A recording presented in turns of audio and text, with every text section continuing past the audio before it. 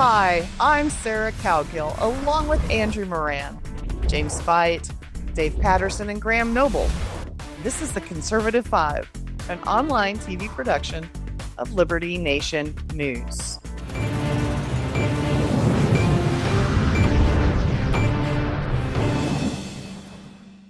From the moment Democratic state legislators fled Texas to prevent the redrawing of congressional districts, the word of the day every day, it's been, not Russiagate, not Epstein, gerrymandering. So the Texans, who have been hiding out in blue states, have decided it's not helping the cause. They have conceded, well, for now. Graham, you've been following this pretty regularly. What's going on with these yahoos? Well, as we all know, they left Texas to prevent the Texas Republicans having a quorum, which, in other words, is the minimum number of legislators they have to have there to vote on whatever bill they're working on. The great irony of it, and this wasn't lost on anyone, is that they fled to other blue states where they were welcome with open arms, and they were in states such as Illinois. And if you look at a congressional district map of Illinois, it has been gerrymandered to a ridiculous extent. There is actually one, it's kind of funny because I wrote an article about this recently, and I mentioned the history of... Just corrected me on gerrymandering. Sorry about that. Yes, well... Most people don't know, do they? I mean, everyone just assumes that it's gerrymandering. But anyway, so the history of it is, as I explained in my article, 1812 Massachusetts, the governor of Massachusetts, Elbridge Gerry, signed a bill into law that essentially withdrew the map of the state senators districts, were changed in order to favor his party, which was the Democratic Republicans at the time. But anyway, so and the joke was that on the map, if you looked at the map after they did this redrawing of the districts, you look on the map and somebody figured out that one of the districts was so oddly shapen that it resembled a salamander. So that's where the gerrymander comes from. And if you look on the current day map of Illinois, I believe it is the 13th congressional district in Illinois. And if you look at it, it's like a river. You know, it kind of splits up, almost splits the state, and it kind of meanders, and it's a long, thin district that you can see that there's no kind of rationale to it. There's no common sense other than, well, we want to draw the district like that so it becomes a majority Democrat district, which it is. You know, that's the irony of it. They go to these states. They went to so many of the Democrat states have been gerrymandered. There are, I believe, about 9 Democrat states that have no Republican representatives whatsoever. In there. I sort of feel like you're going to wrap me on my knuckles with a ruler because you keep saying that and staring at me when you say it. Anyway, gerrymandering. So anyway, you know, and of course the point is that this was never going to last. What has happened now is the inevitable, which is they are going to have to trudge back to Texas anyway, and sooner or later the Republicans are going to get their map. They've already got it through the Texas Senate. They just have to get it through the House. They'll have as many special sessions as they need in order to get that done, and it's going to be done. It's going to be a fait accompli, as they say. I mean, this caused a stir that it's just Republicans doing it. And this happens all the time because it's political chess playing, and it's wrong to do, but everybody does it. But when the Democrats do it, they're only doing it out of fairness to make sure that everyone is represented fairly. Didn't Newsom say something about we're going to vote for all of our districts so they're all Democratic? Okay, let's open this up for the floor. I mean, I know you guys can yammer on this for 20 minutes, so let's do about 8 minutes and have some fun. Go ahead, boys, hit it. Well, I think it's kind of an empty... gotta talk. I'm talking here. I think it's kind of an empty threat to for Newsom of all people to say that he's gonna gerrymander. Hold on, the whole time Graham was talking, I was trying to think of a way to mispronounce it because I got your back, Sarah. Gerrymandering. He's gonna gerrymander the remainder of the state. It's already done. Well, there's more business to do. Come on. I mean, it's not just on, that's not the only thing on the docket. There's, there's other things to talk about. I don't know all of what they are, but go ahead, Andrew. I will say one thing. I think this is an indictment of why the two-party system needs a complete overhaul, because both sides are acting, they're the victims. I was looking at some of the numbers here, and Graham even pointed it out. So, first, Oklahoma, Arkansas, Iowa, Utah, Nebraska, Idaho, Montana, and West Virginia have either zero or virtually zero Democratic representation for a total of 26 seats.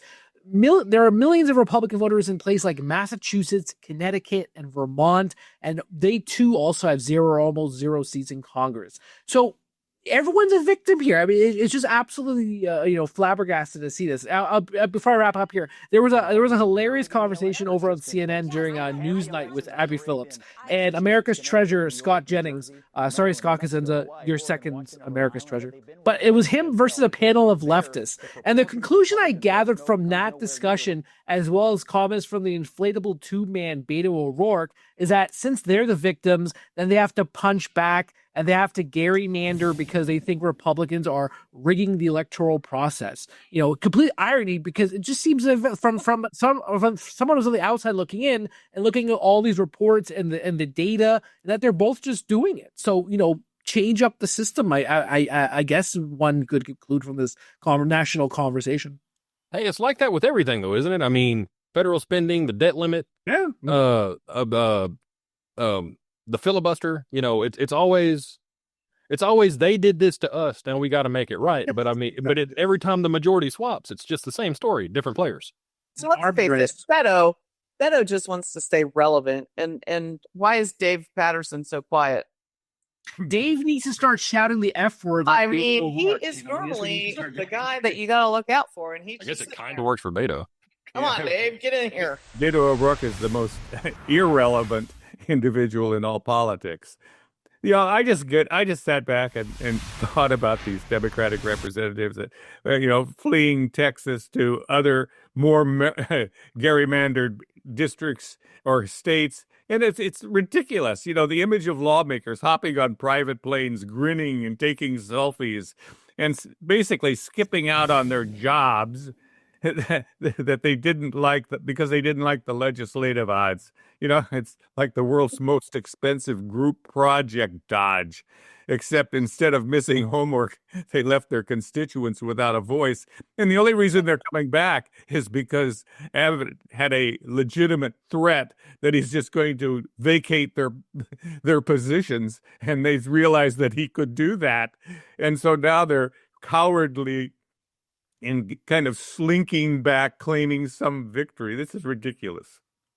Who's that? And they were running out on any was too. The person that claimed that this gerrymandering was akin to the Holocaust, which I wish I could remember. I'm sorry. That was I did hear about that, and I can't remember who it was now, and I wish I could, because that was so funny. But yeah, somebody, I think it was it was a Democrat from Texas. Yeah, finding out for us right now. It was a state legislator, and she actually went on TV and said basically, Jolanda Jones. Right. She went on TV and she said something along the lines of, well, the reason why we're doing this, the reason why we're standing up is because, if you want to know why all those people were killed in the Holocaust, it was because nobody, stood up and spoke out against it. And I will liken this to the Holocaust. People are like, well, how did the Holocaust happen? How was somebody in a position to kill all them people? Well, good people remain silent. So that was a weird way of kind of connecting the two. Guys, it all comes back to Hitler, doesn't it? I mean, yeah.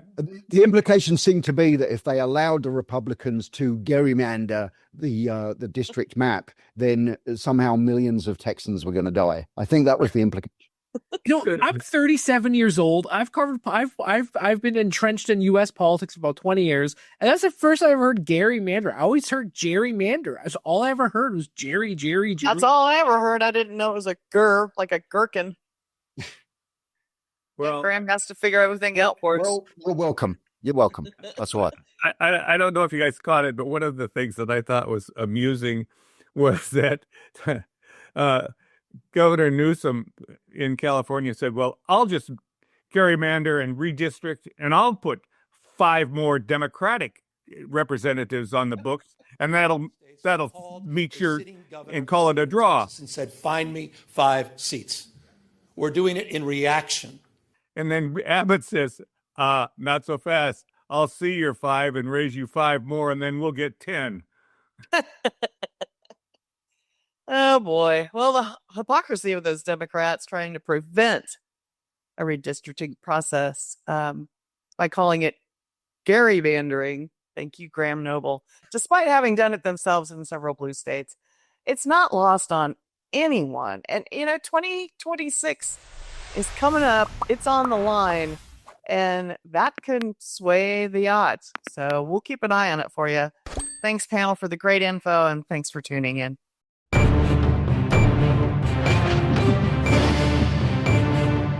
That's it for our Conservative 5 panel today. Check out our other C5 shows and segments on your favorite video platform. YouTube, Vimeo, Rumble, we're on them all. As well, Liberty Nation News has its own Roku channel where you can see all of our TV productions. Now, Liberty Nation does not endorse candidates, campaigns, or legislation, and this presentation is no endorsement. I'm your host, Sarah Cowgill. Thanks for joining us today for the latest news and commentary, your choice for free thinking, free speech, libertynation.com.